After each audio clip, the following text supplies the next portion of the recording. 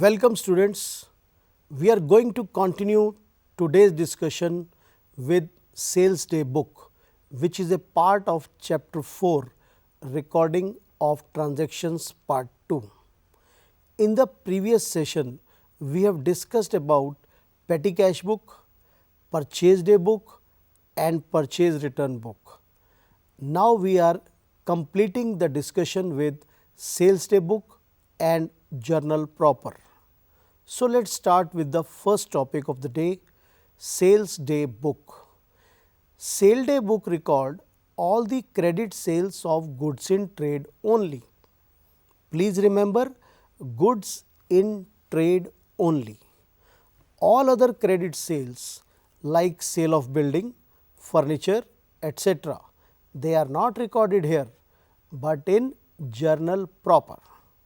The format is the same like of purchase book, but we can have a separate column of sale tax if it is mentioned in the question. The first column starts with date and then invoice number, name of the customer. Please remember, in purchase book it was name of supplier, now it is name of customer. Then the ledger folio and amount. Let us take few example of sales journal. Books of Raja Limited. First transaction, sold 20 meters cloth to Ram Traders at the rate of 100 per meter on 24th November 2014 with invoice number 70. Now, this will be recorded in the sales journal like this. In the date column, we will write 24th November 2014 and in the invoice column 70. Then in the name of customer column, we will write Ram, the person to whom we are sending the goods, that is the customer, and in the amount column, we will write 2000 rupees, that is 20 meters into 100 is 2000. Once again, ledger folio will come when we will post this entry in the RAM account after a particular time. Let us take another example. Second one, sold to Radhesham 10 pence at the rate of 250 per pent on 25th November with invoice number 81. Now, to record this, first of all in date column we are going to write 25th November 2014 and then in the invoice column we will write 81 and in the name column we will write Radhesham, the name of the customer, and in the amount column we will be writing 2500 because 10 into 250 will be 2500. So, like this we can record all our entries and then arrive at the total. Right now, for these two transactions, our total will be 4500, 4500 rupees only. While posting from the sales book, all the customer accounts are debited and number of their ledger page number will be recorded in the ledger folio column in sales book. Sales journal is also totaled periodically, generally in a month, and credited to sales account in the ledger book, which is a principal book. So, all the cash entries from cash book and all the credit entries from sale book are transferred and credited to the sales account in the ledger. Let us discuss the next book, sales return book. Sales return book record goods returned by customers, may be due to goods not up to the mark or some defect, etc.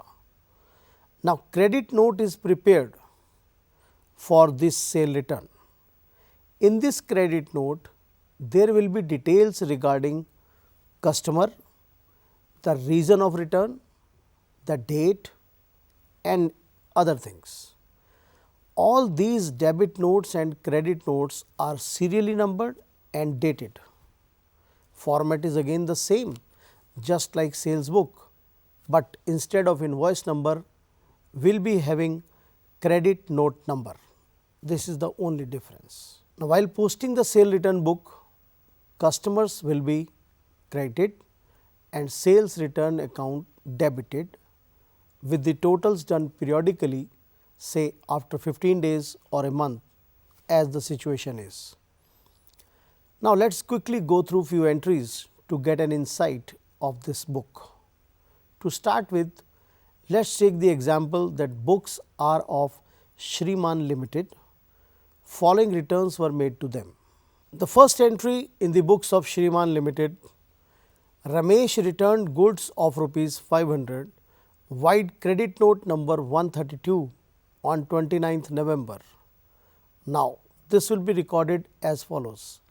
In the date column, first of all we will write 29th November 2014. Next, in the credit note number column, we will write 132, and in the name column we are going to write Ramesh, the person who has returned the goods, and then in the amount column 500 rupees, and as usual ledger folio after posting in the customer account. Now, let us start with a very important book, that is journal proper. Transactions which do not find place in the previous mentioned books like sale book, purchase book, sale return, purchase return and cash book are recorded in this book. This is also called as journal residual, that is whatever entries remain residue, they come here. Now, let us see what are the type of transactions which come under this category. First, all the opening entries of assets, liabilities and capital in the beginning. These are all previous year balances which are brought forward to the current year.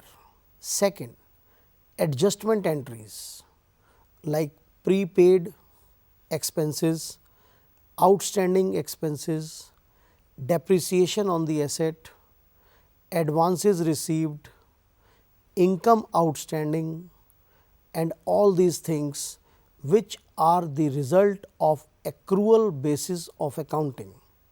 You know, this is one of the fundamental accounting assumption. Whatever is incurred for this year has to be accounted in this year. Maybe it has been paid, received or not. So, these are called adjustment entries which are given as adjustment in the final accounts question. Now, this we will see in the final accounts chapter. Next, rectification entries. All rectification entries find place in journal proper. Whatever rectification we do, previous wrong ones rectified now, these will find place in journal proper. Next, transfer entries like expenses and incomes are transferred to trading and P&L account, drawings is transferred to capital account. All these transfer entries find a place in this book because they are not specifically booked for these entries. There are some other entries which do come in this. Let us see them quickly. Dishonor of check or bill of exchange. Next, sale or purchase of asset on credit, because cash sale purchase will go in cash book. Next, goods withdrawn for personal use, that is drawings of goods. Next, goods used in advertisements, that is selling expenses, charity, etc. All these things find place here. Loss of goods by theft, fire, etc. and all other similar type of entries which do not find any place in the previously mentioned books will find a place here, right. Let us check what we have understood. First, when cash book is maintained, there is no need for, I will give you 4 options, you try to find out. Please see again, when cash book is maintained, there is no need for A. purchase book, B. Petty cash book, C. Bank and cash account, and D. Journal proper. Yes, there is no need for bank and cash account. The right answer is C part. Next question. Double column cash book records A. All cash transactions, B. Cash and bank transactions, C. Cash and discount column, and D. Bank and discount column. Yes, the answer is B, that is cash and bank entries. Next question. Journal proper records only which entries? A. Cash transaction, B. Credit transaction, C. Adjustment entries, and D. All these entries. Yes, it is part C, adjustment entries only, because cash transactions recorded in cash book, credit transactions recorded in their respective books.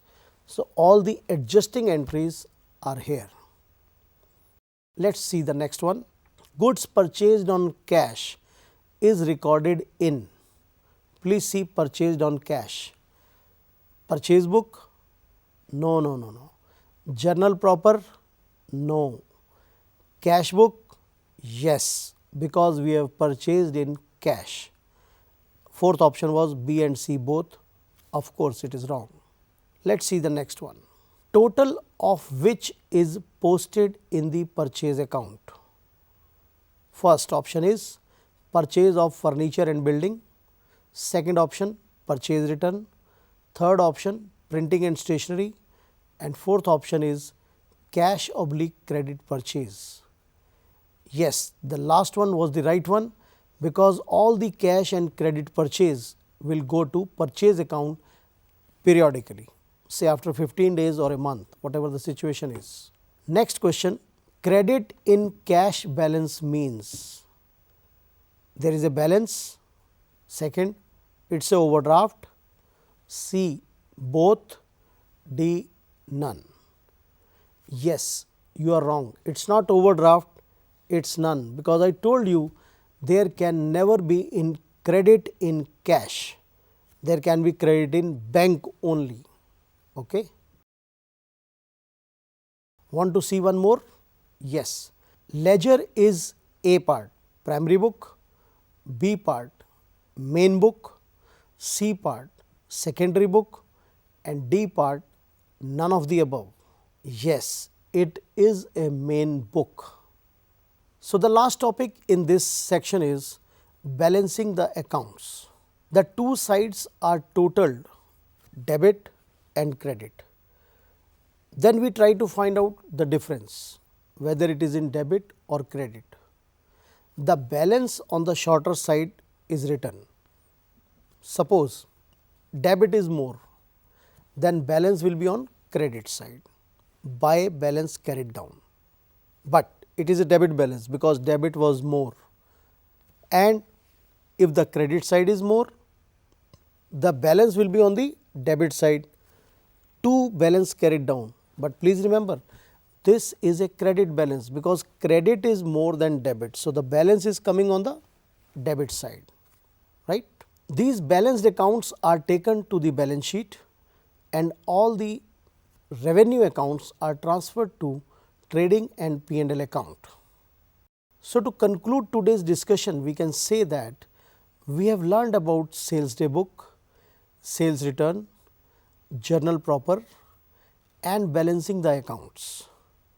In our next session, we will be starting with a very important practical chapter, that is bank reconciliation statement. Till then, you enjoy these things, and let us continue in the next class. Thank you.